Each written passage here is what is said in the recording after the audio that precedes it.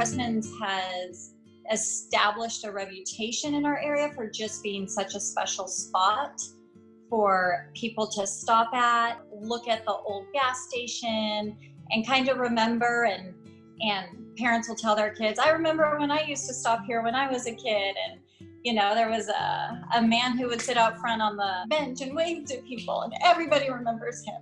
It's a special place that families are just mourning with us, and we've really seen that come alive in the past couple days, that it's just being felt across the entire mountain.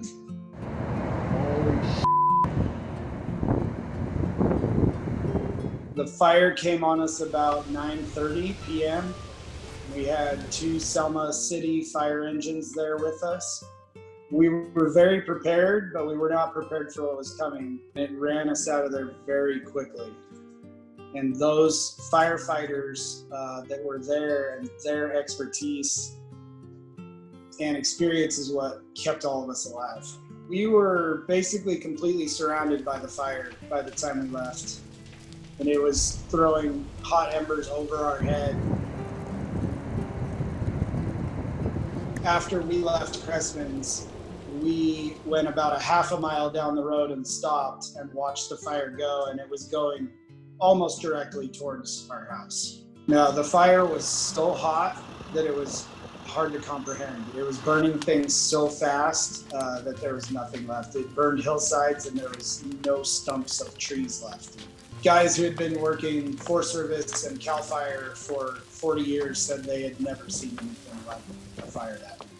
It's never going to be the same. And to me, it's disappointing to think what we grew up in that community, it's not going to be the same for our children. And that's primarily why we wanted to raise our family there. So experiencing that loss and grieving, you know, for our whole community is just, it's takes your breath away.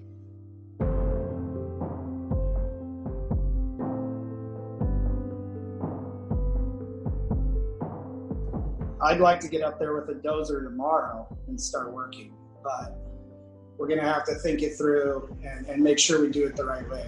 The loss is just innumerable. It's everywhere up there. Multiple houses in my family.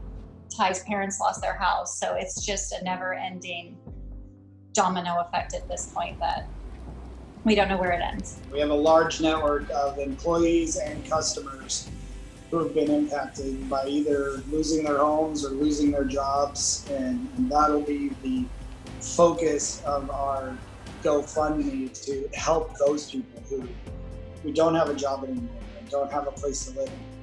We don't have a timeline. We don't know when we're going to be open again or when we're going to have a building, but we're going to work every single day as hard as we possibly can to make it happen as fast as possible. Seeing it be rebuilt is going to be a symbol of hope to our community, and I think people are going to want to come in again and kind of establish that normalcy. When we took over last year, we found a ledger of, the Cressmans was a family back in the early 1900s up there, and it was their diary in essence of being in the area and how the store came about, and it just, you can feel that history there.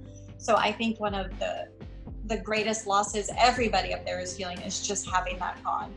I hope, we can maybe write that up and put it outside so people can read about it and put pictures of what it used to be, so they'll know.